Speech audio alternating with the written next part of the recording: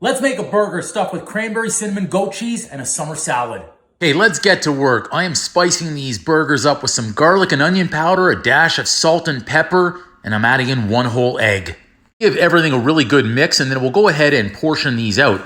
Once you've done this enough, you'll start to get a feel for the size of burger that you'd like. Here you'll see, once I've flattened everything out, I'm gonna go ahead and add in a piece of that cranberry, cinnamon, goat cheese right to the center, and then I'll add another layer of burger right on top, and then I'll seal everything up and set those aside.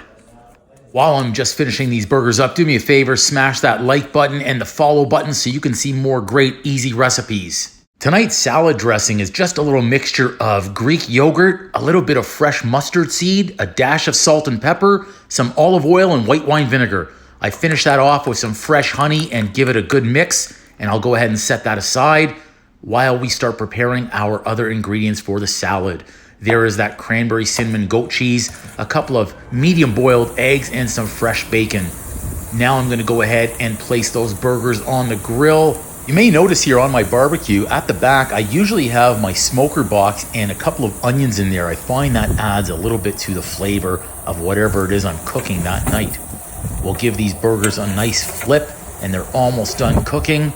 I like my burgers to a nice medium well. Once you learn your barbecue and become good friends with it, you'll learn and understand the cooking time for various types of meat, poultry, and fish.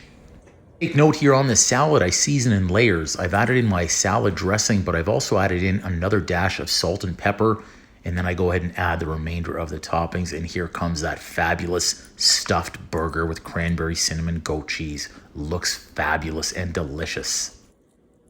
Beautiful right inside. Wow. Okay. Boom! That is fantastic. Wow.